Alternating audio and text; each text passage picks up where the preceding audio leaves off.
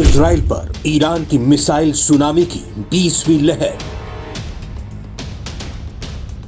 खुर्रम शहर 4 ballistic missile ने मचाया बवाल। 1500 किलो बारूद, 10,000 किलोमीटर प्रति घंटे की रफ्तार, 40 मिसाइलें। ईरान पर अमेरिका और इजराइल के हमले के बाद अब हालात वाकई गर्मा रहे हैं। पूरे मिडिल ईस्ट में भयानक तनाव पसरा हुआ है और अब हालात बेकाबू होते दिख रहे हैं। अमेरिका के तेहरान के 3 परमाणु ठिकानों पर हमला करने के कुछ ही घंटों बाद ईरान ने इजराइल की ओर मिसाइलों की बौछार करके जवाबी हमला किया। ईरान के मिसाइल हमलों के बाद 86 लोग घायल हो गए हैं। इन हमलों में बेन गुरियन हवाई अड्डे, एक जैविक अनुसंधान केंद्र, रसद ठिकानों और कमांड और कंट्रोल सेंटर के विभिन्न इमारतों को निशाना बनाया गया।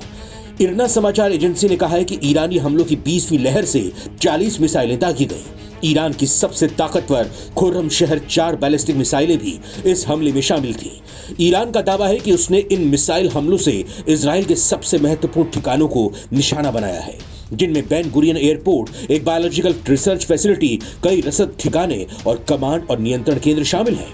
खुर्रम शहर 4 मिसाइल को, जिसे खैबर भी कहा जाता है, जो 7वीं शताब्दी में मुसलमानों द्वारा जीते गए एक यहूदी किले के नाम पर रखा गया था, जो अब सऊदी अरब में है। तेल अवीव के मेयर ने मीडिया को बताया कि यहाँ के घरों को बहुत बुरी तरह से नुकसान पहुंचा है। जो लोग आश्रय में थे वो सभी सुरक्षित और स्वस्थ हैं। नुकसान बहुत व्यापक है, लेकिन मानव जीवन के मामले में हम ठीक हैं। खुर्रम शहर 4 बैलिस्टिक मिसाइल की रेंज 2000 किलोमीटर है, जिसका मतलब है कि वो पश्चिमी ईरान से इजराइल, मिस्र, सऊदी अरब और यहां तक कि नाटो देशों जैसे रोमानिया, बुल्गारिया और ग्रीस को भी निशाना बना सकती हैं। ये 1500 किलोग्राम विस्फोटक, क्लस्टर और रासायनिक विस्फोटक ले जाने में सक्षम है, जो इसे ईरान की सबसे घातक मिसाइलों से एक बनाता है। ये लगभग 19,600 किलोमीटर प्रति घंटा और वायुमंडल के अंदर 9,800 किलोमीटर प्रति घंटे की रफ्तार पकड़ सकती है। इतनी तेज गति से आने वाली मिसाइलों को रोक पाना किसी भी देश के लिए एक बड़ी चुनौती है।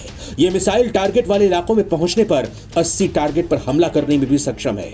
उड़ान के अंतिम चरण में वॉरहेड अलग हो जाता है और अपने लक्ष्यों को बहुत तेज गति से सटीक रूप से हिट करता है, जिसमें दुश्मन की वायु रक्षा प्रणाली को मिसाइल का पता लगाने, उसे ट्रैक करने या उसे रोकने के लिए प्रभावी ढंग से हमला करने में बाधा उत्पन्न होती है। मतलब उसे रोक पाने में काफी मुश्किलात का सामना करने पड़ते हैं। विश्लेषकों का मानना है कि खुर्रम शहर 4 मिसाइल इजराइल की वायु रक्षा प्रणालियों के लिए एक असली खतरा है। आयरन डोम इसे रोकने में नाकाम है। डेविड स्लिंग सिस्टम इसके लिए एक बेहतर सिस्टम हो सकता है, लेकिन मिसाइल का बचाव करने में भी इसे मुश्किल होगी। ईरान के हमलों के बाद इजराइल ने भी अपनी जवाबी कार्रवाई के लिए कोई कसर नहीं छोड़ी। इजरायली अधिकारियों ने बताया कि ईरानी हमले में 80 से ज्यादा लोग घायल हुए, जिनमें से कई को मामूली चोटें आई हैं। इसी के साथ इजरायली सेना का दावा है कि उन्होंने ईरानी लॉन्चर्स को तुरंत ही निष्क्रिय कर दिया था, जिससे बड़ा नुकसान नहीं हुआ। हालांकि तेल अवीव में एक बहुमंजिला इमारत क्षतिग्रस्त हो गई, जो हमले की गंभीरता को दर्शाता है। इसके बाद इजराइल ने भी पश्चिमी ईरान और तेहरान के दक्षिण में कोम और यज़्द शहरों में ईरानी सैन्य ठिकानों पर जोरदार पलटवार किया। इस जवाबी हमले में ईरान की Islamic revolutionary guard corps IRGC के 9 सदस्य मार गिराने का दावा किया गया है, जिसमें दोनों देशों के बीच तनाव और गहरा गया है। नवभारत टाइम्स की रिपोर्ट।